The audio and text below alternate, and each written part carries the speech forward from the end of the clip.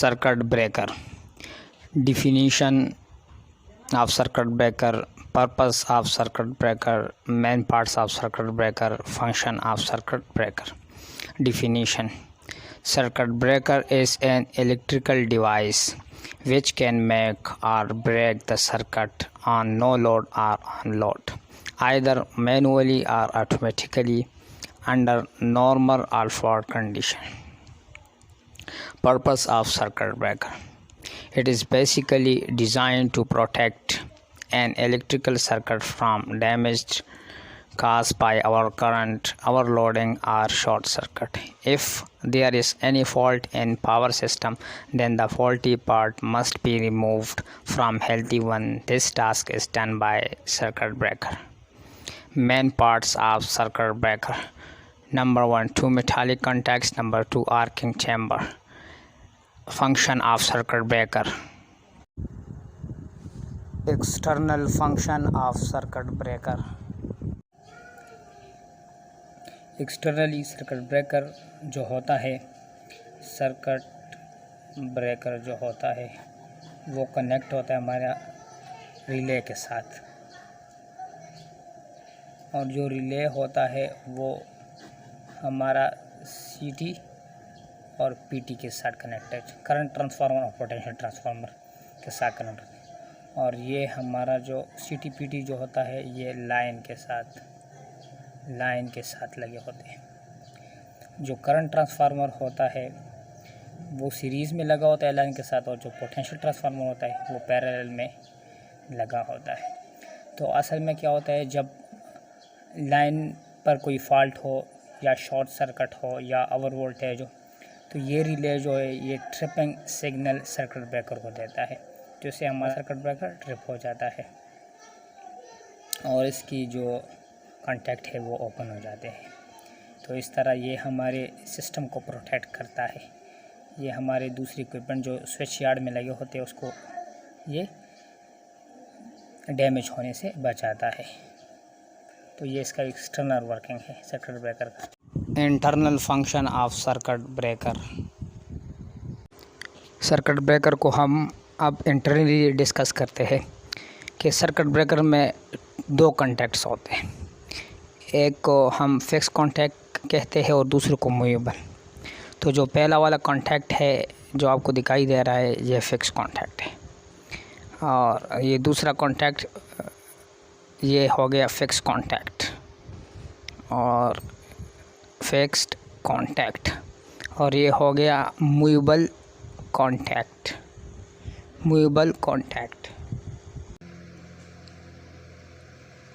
तो अब इस सर्किट ब्रेकर है इसके कॉन्टैक्ट क्लोज हालत में है, तो इसमें करंट फ्लो करेगा। इसमें करंट मतलब ज़ीरो नहीं है, इसमें करंट जा रहा है।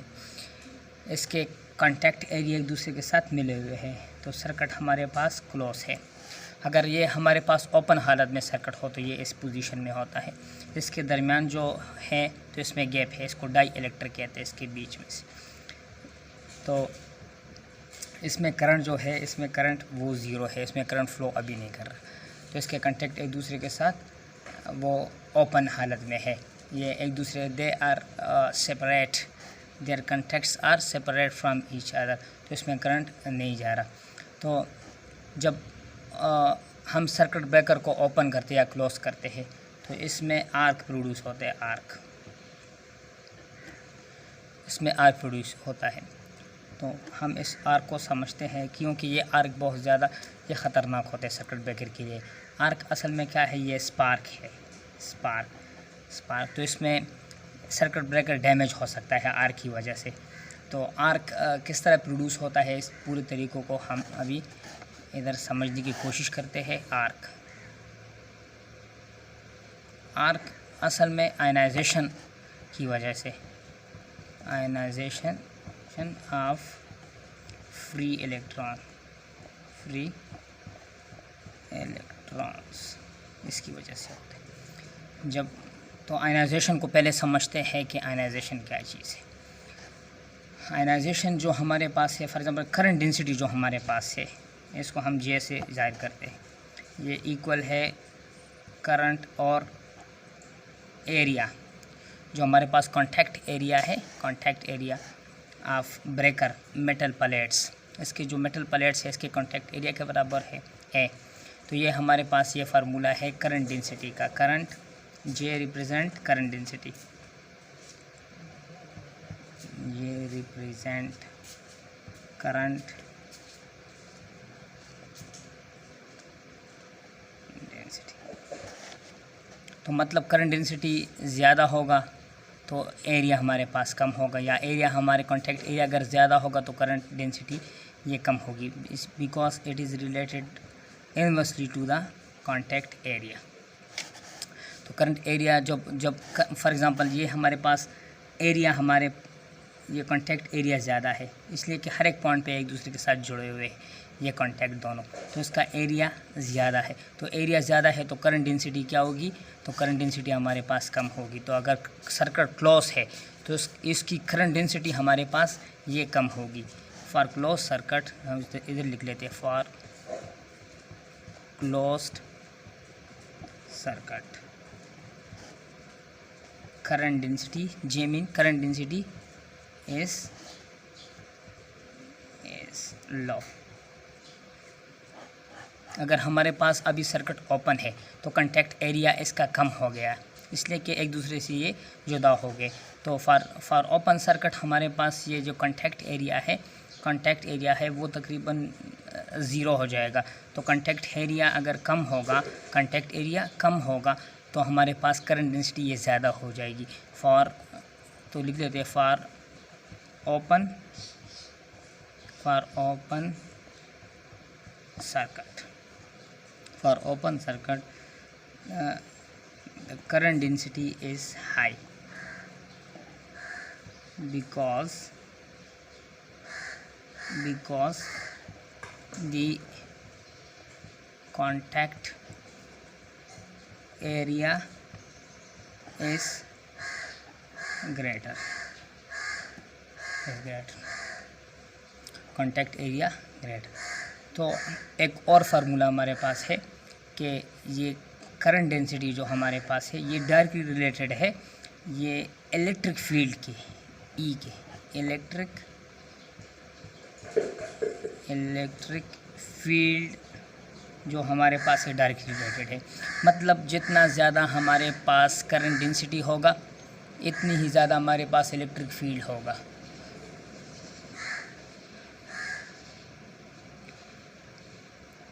इलेक्ट्रिक फील्ड होगा।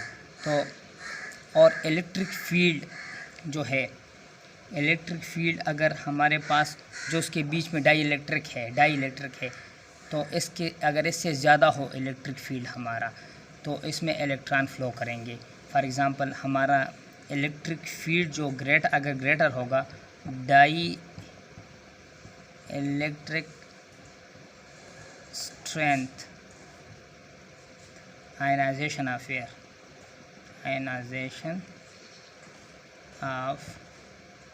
एयर अगर इससे ज़्यादा होगा तो हमारे पास क्या होगा, एयर इसमें के बीच में जो होगा वो आयनाइज हो जाएगा।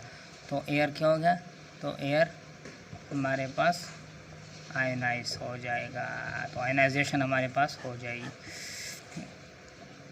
अच्छा, हमारे पास जब आयनाइजेशन होगी तो हमारे पास आर्क प्रोड्यूस होगा, और जब हमारे पास आर्क जब प्रोड्यूस होगा, आर्क असल में क्या है, ये स्पार्क है हमारे पास क्या है, स्पार्क। तो स्पार्क की वजह से क्या होगा, हीट इंक्रीज़ कर जाएगा, हीट इंक्रीज़ होगा। जब हीट इंक्रीज़ होगा तो हमारे पास टेम्परेचर राइज होगा, टेम्परेचर हमारे पास क्या हो जाएगा, राइज हो जाएगा। जब टेम्परेचर राइज होगा तो फ्री इलेक्ट्रॉन जो है वो भी ज़्यादा हो जाएंगे। जब फ्री इलेक्ट्रॉन ज़्यादा होंगे तो हमें पता है कि कंडक्शन किसकी वजह से कंडक्टिविटी होती है, फ्री इलेक्ट्रॉन की वजह से होती, तो हमारे पास कंडक्टिविटी भी बढ़ जाएगी, कंडक्टिविटी इंक्रीजेस। जब कंडक्टिविटी हमारे पास इंक्रीज़ कर जाएगी तो रेजिस्टिविटी और कंडक्टिविटी के दरमियान जो रिलेशन है वो इन्वर्स है, तो हमारे पास रेजिस्टिविटी वो डिक्रीज़ कर जाएगी। रेजिस्टिविटी वो क्या होगी, डिक्रीज़ कर जाएगी। रेजिस्टिविटी डिक्रीज है तो करंट हमारे पास फ्लो होगा, तो करंट हमारे पास फ्लो हो, करंट फ्लो होगा तो क्या होगा, उसके बाद जब करंट फ्लो होगा तो हमारे पास फिर हीट जनरेट होगी।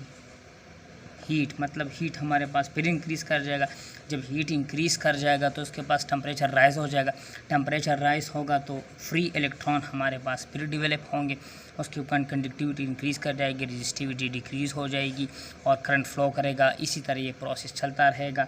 इसलिए ये प्रोसेस, ये आर्क जो प्रोड्यूस होती है वो इसमें अगेन एंड अगेन प्रोड्यूस होगी, तो हमारे पास सर्किट ब्रेकर डैमेज होने का ख़तरा है। इस प्रोसेस को हम इस प्रोसेस को सेल्फ सस्टेन प्रोसेस भी कहते हैं। इसको क्या कहते हैं, सेल्फ सस्टेन प्रोसेस भी हम इसको कहते हैं। This process arc producing process, arc producing process in circuit breaker is self sustain process, self sustain process. तो अभी आर्क ये बहुत ज़्यादा ख़तरनाक है सर्किट ब्रेकर के लिए, because it can damage the circuit breaker. तो इसको क्वेंच करने के लिए, इसको बुझाने के लिए इस आर्क को आर्क क्वेंचिंग मीडिया हमारे पास ये ज़रूरी है। तो इसके लिए हमने सर्किट ब्रेकर को मुख्तलिफ़ कैटेगरीज़ में हमने डिवाइड किया है, टाइप्स में हमने इसको कैटेगराइज किया है। तो सर्किट ब्रेकर के में फॉर एग्ज़ाम्पल कैटेगरीज लिख देते, categories of circuit breaker.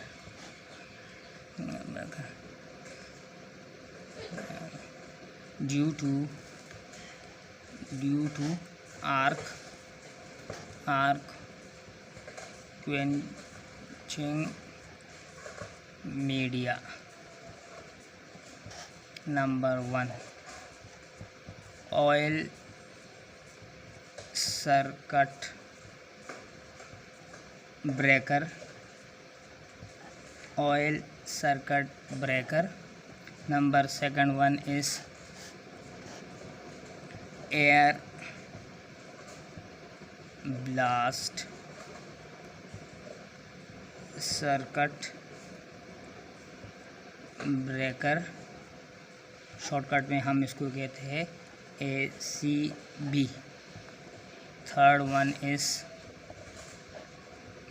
Is vacuum